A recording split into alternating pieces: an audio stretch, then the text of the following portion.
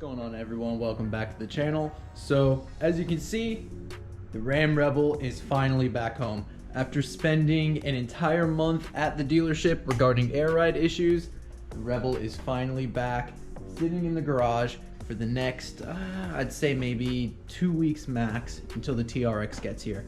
But in this video, I kind of more or less just wanted to give you guys an update with what actually went through, or not went through, but what the truck went through while it was at the dealership for this 1 month period. So you can clearly see the garage is definitely a little jam-packed right now. We got the pit bike, we got the ProMaster, the Alpha, and the Rebel over here.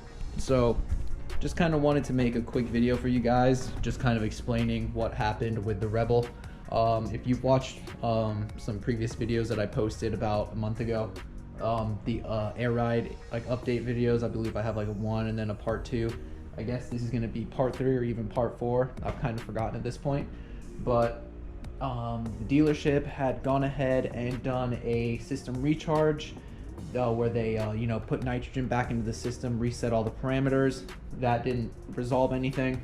Then next time they actually replaced all the air valves in all the airbags. They thought that was an issue because the system was still leaking air. So they replaced all the valves, they did another recharge, and same day, or not same day, but the next day, same issue again. The truck had that Rebel lean to it and the back had deflated. I have all my invoices here that I'm gonna go ahead and show you guys in a minute. But for this last time while I was at the dealership, they decided to actually go ahead and replace the rear 2 airbags on the truck. So let me go and show you what exactly I'm talking about if you're not too familiar with these trucks. So these trucks have the air ride.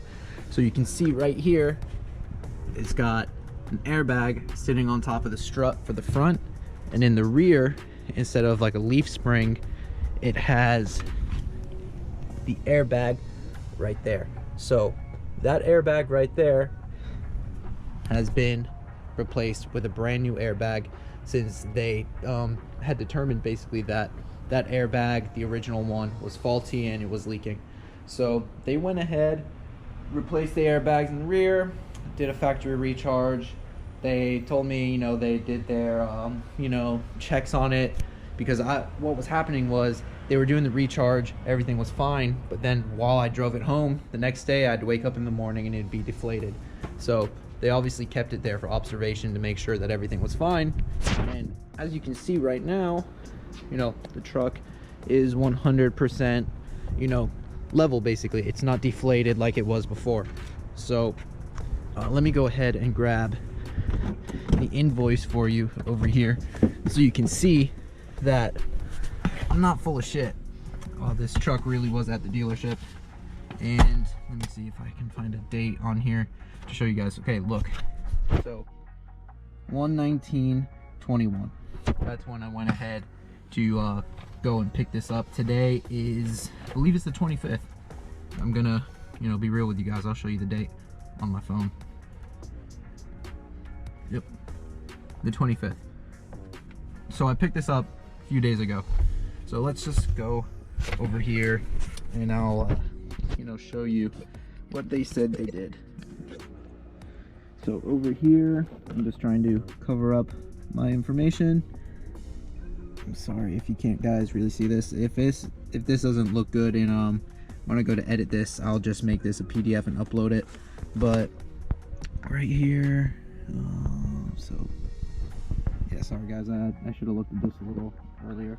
But basically the total cost of repair right there is more or less another $1,100 after I've already spent $1,100. But luckily for me this time, they actually decided to cover it under warranty, so that's really cool. But this invoice was for the most recent one. So you would think that the truck would be good now, right? Let me show you guys something. I'm gonna go ahead here, turn on the old Rebel. So the truck has been at the dealership 4 times in the past 2 months basically. And let me go ahead and turn you guys around so you can see something here. So getting low voltage message, but regardless of that, let me show you what else I'm getting. Sorry guys, oh, what does that say? Service air suspension system. So, it didn't fix it. And I don't know if it's really dark in here or not, guys, but yeah, the truck, it's not fixed. It's not self-adjusting. It's not going into aero mode. It's not going into entry exit. It's not going into off-road mode, but it's not deflating. So I'm okay with that for now. Why am I okay with it? Because like I said earlier, I have a TRX that's on the way that ships from the factory tomorrow. So that should be here at most 2 weeks from now. So as long as this truck doesn't deflate in that amount of time and I can actually just drive it, I'm okay with it.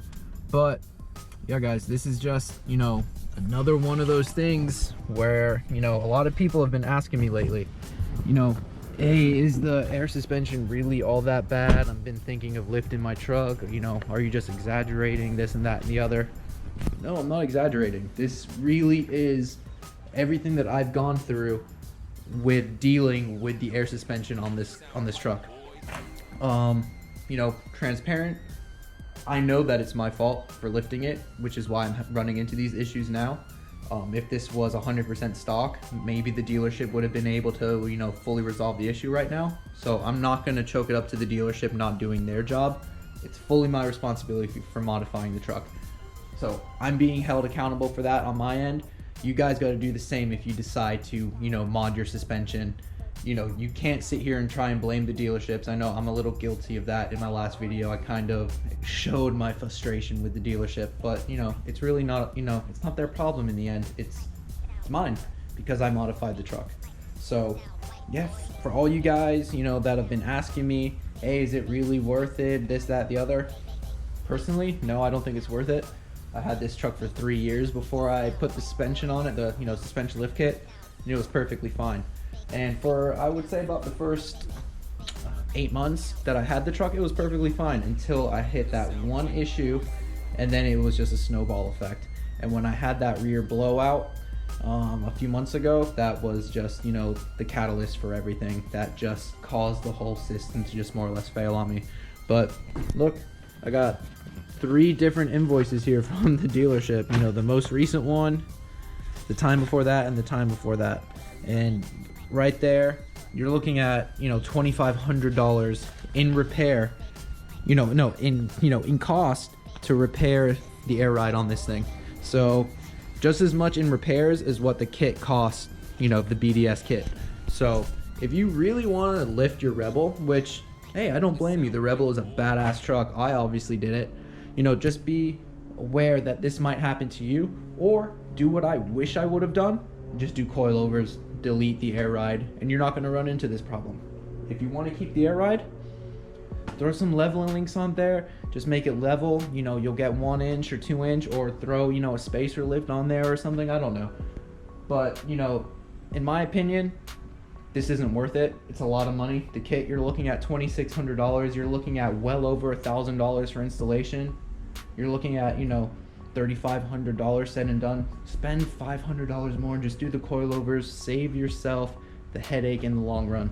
So this is just a super quick video, guys, a really raw video. Probably not going to be a lot of editing in this. It's just more or less an update for you guys, just kind of explaining where the Rebel's been. If you guys have been a subscriber and you haven't seen it lately. Sorry, I'm getting a little tongue-tied, I'm a little tired. It's been a long day at work, it's a Monday. But yeah guys, for now, I'm just going to be enjoying the Rebel for the next, 2 weeks until the TRX gets here. Dropping off the ProMaster to get wrapped this week. The pit bike, I'm taking this to the track pretty soon, actually. I filmed a review on this the other day, so expect to see that soon. Expect to see the unveiling of the wrap on the ProMaster, and expect to see the TRX very, very soon, guys. Tons of cool shit coming for that. Reached out to a lot of companies, they're on board with a lot of cool shit, so it's gonna be fucking dope. Alright guys, that's gonna do it for this one. Super short video. Hope you guys are doing well. Stay safe out there. Appreciate you guys, and I'll see you in the next one. Later.